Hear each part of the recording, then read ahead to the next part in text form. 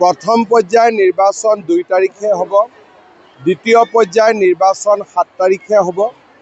ভাৰতীয় জনতা party AGP আমি সকলোৱে অত্যন্ত আশাবাদী যে এইবাৰ সুন্দৰ ফলাফল এটা আমি কৰিব পাৰিম। বেচিকেলি অখিল গগৈয়ে গৌৰৱ গগৈক এক্সপ'জ কৰি দিলে যে তাৰমানে পাকিস্তান যোৱাটো সঁচা। এইটোতো অখিল গগৈ ডাঙৰীয়া অলপমান চালাক হয় নহয়। যিটো কথা গৌৰৱ গগৈ এতিয়ালৈকে কোৱা নাই মই যোৱাটো হয় নে নহয়, অখিল গগৈয়ে তেওঁক এক্সপ'জ কৰি দিলে যে গৌৰৱ গগৈ যোৱাটো সঁচা। চাওক, মোৰ প্ৰশ্নখিনি মই কৰিছোঁ, উত্তৰ দিয়া নাই। চৰকাৰে সময়ত নিজে নিজে উত্তৰখিনি আইনৰ মাজেৰে লৈ ল'ব। চাওক, মই ভাবোঁ যে আমাৰ বহুত কাম আছে, এইটোৱে সমস্যা নহয় আৰু অসমত বহুত সমস্যা আছে। সংসদজনক আমি প্ৰশ্ন কৰিছিলোঁ, তেওঁ উত্তৰ দিয়া নাই। আইনে তেওঁৰ পৰা উত্তৰ বিচাৰি ল'ব। ইমান আৰু মোক তাতকৈ বেছি সুধিব নালাগে, ইমানতে বিষয়টো শেষ কৰি দিয়ক। মই শুনা নাই, নিজৰ মিটিং নিজে কৰি আছোঁ, ভূপেন বৰা মিটিং শুনিব সময় ক'ত? চাওক, বিষয়টোলৈ পুলিচে তদন্ত কৰি আছে, SP-য়ে যিখিনি ক'ব লাগে কৈছে আপোনালোকে। মই নাজানো, সেইবিলাক পোষ্টৰ বিষয়ে মই নাজানো। মই এটাই কথা জানো যে আমি 3টা প্ৰশ্ন সুধিছোঁ, উত্তৰখিনি সংসদগৰাকীয়ে নিজে ৰাইজৰ আগত দিলে ভাল, নহ'লে আইনে তেওঁৰ পৰা উত্তৰখিনি বিচাৰি ল'ব। চিম্পল। মই ভাবোঁ হায়াৰ ছেকেণ্ডেৰী ৰিজাল্ট অহা 2-3 দিন এই মাজতে হৈ যাব। আমি কথা পাতি থাকোঁতে ওলাই যাব পাৰে, তেনেকুৱা পৰিৱেশ। আমি এজন ব্যক্তিক বিচাৰি আছোঁ, তেওঁক গ্ৰেপ্তাৰ কৰিলে গোটেই কথাখিনি ওলাই যাব। দেখাততো তেনেকুৱাই লাগে। এৰেষ্টটো যেতিয়া এৰেষ্ট কৰি তেওঁক সোধা পোছা কৰিম তেতিয়াহে পূৰা কথাখিনি গম পাম। কিন্তু দেখাততো এনেকুৱা লাগে যেন এইটো ইণ্টাৰনেল ক্লাছ। চাওক, অখিল গগৈ, ভূপেন বৰা, ৰাইজে এজনৰো নাম লৈছে নেকি? ৰাইজেতো এইবিলাক লৈ চিন্তিত নহয়। আমাৰ সাংবাদিকসকলহে এইটোক লৈ চিন্তিত হৈ থাকে।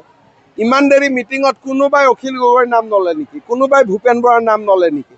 এই নামবিলাক আপোনালোকে লৈ লৈ জীয়াই ৰাখে, নহ'লেতো মানুহে এইবিলাক নামেই নাজানে।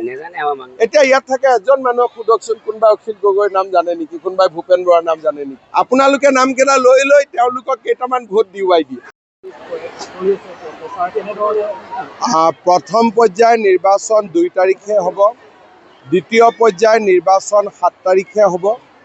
ভাৰতীয় জনতা পাৰ্টি AGP আমি সকলোৱে অত্যন্ত আশাবাদী যে এইবাৰ সুন্দৰ ফলাফল এটা আমি কৰিব পাৰিম। বেচিকেলি অখিল গগৈয়ে গৌৰৱ গগৈক এক্সপ'জ কৰি দিলে যে তাৰমানে পাকিস্তান যোৱাটো সঁচা। এইটোতো অখিল গগৈ ডাঙৰীয়া অলপমান চালাক হয় নহয়। যিটো কথা গৌৰৱ গগৈ এতিয়ালৈকে কোৱা নাই মই যোৱাটো হয় নে নহয়, অখিল গগৈয়ে তেওঁক এক্সপ'জ কৰি দিলে যে গৌৰৱ গগৈ যোৱাটো সঁচা। চাওক, মোৰ প্ৰশ্নখিনি মই কৰিছোঁ, উত্তৰ দিয়া নাই। চৰকাৰে সময়ত নিজে নিজে উত্তৰখিনি আইনৰ মাজেৰে লৈ ল'ব। চাওক, মই ভাবোঁ যে আমাৰ বহুত কাম আছে, এইটোৱে সমস্যা নহয় আৰু অসমত বহুত সমস্যা আছে। সংসদজনক আমি প্ৰশ্ন কৰিছিলোঁ, তেওঁ উত্তৰ দিয়া নাই। আইনে তেওঁৰ পৰা উত্তৰ বিচাৰি ল'ব।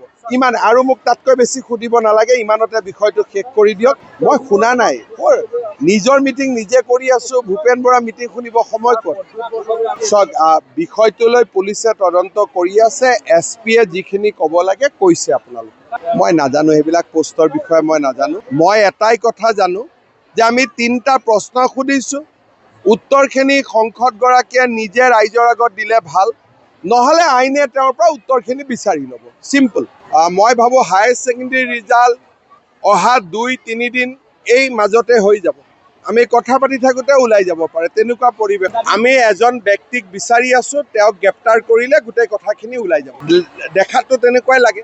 এৰেষ্টটো যেতিয়া এৰেষ্ট কৰি তেওঁক সোধা পোছা কৰিম তেতিয়াহে পূৰা কথাখিনি গম পাম। কিন্তু দেখাততো এনেকুৱা লাগে যেন এইটো ইণ্টাৰনেল ক্লাছ।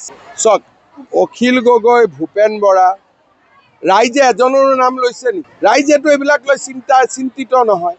আমাৰ সাংবাদিকসকলহে এইটোক লৈ চিন্তিত হৈ থাকে। ইমান দেৰি মিটিঙত কোনোবাই অখিল গগৈৰ নাম নলয় নেকি? কোনোবাই ভূপেন বৰাৰ নাম নলয় নেকি?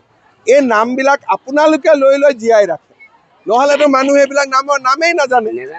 এতিয়া ইয়াত থাকে এজন মানুহক সোধকচোন, কোনোবাই অখিল গগৈৰ নাম জানে নেকি? কোনোবাই ভূপেন বৰাৰ নাম জানে নেকি? আপোনালোকে নামকেইটা লৈ লৈ তেওঁলোকক কেইটামান ভোট দিওৱাই দিয়ে। যিকোনো খবৰৰ বাবে যোগাযোগ কৰক 7099017330 লগতে 7099017110 নম্বৰত।